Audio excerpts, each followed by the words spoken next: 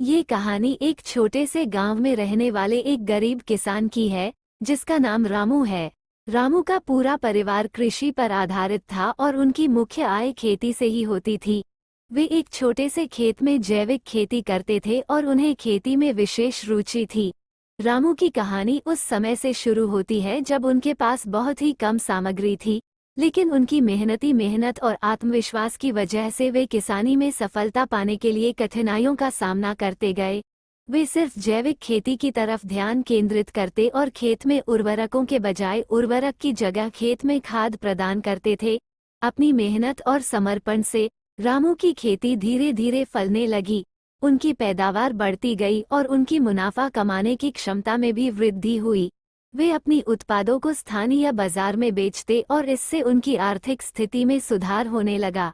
रामू की सफलता उनके परिश्रम, संघर्ष और सहनशीलता की कहानी है। उन्होंने कभी हार नहीं मानी और हमेशा आगे बढ़ने का प्रयास किया। उनकी कहानी गांव के लोगों के लिए प्रेरणा स्रोत बनी और उन्होंने दिखाया कि छोटे सपनों को हकीकत में